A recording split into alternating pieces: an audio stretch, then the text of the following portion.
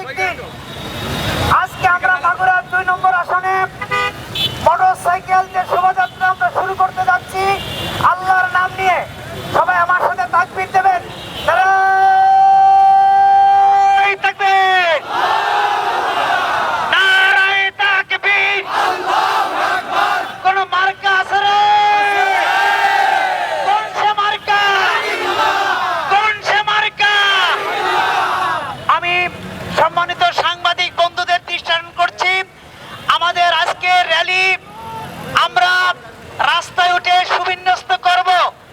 আমাদের সামনে আমাদের পিকআপ থাকবে, সেখানে গান বাজবে, দাড়িপাল্লার গান।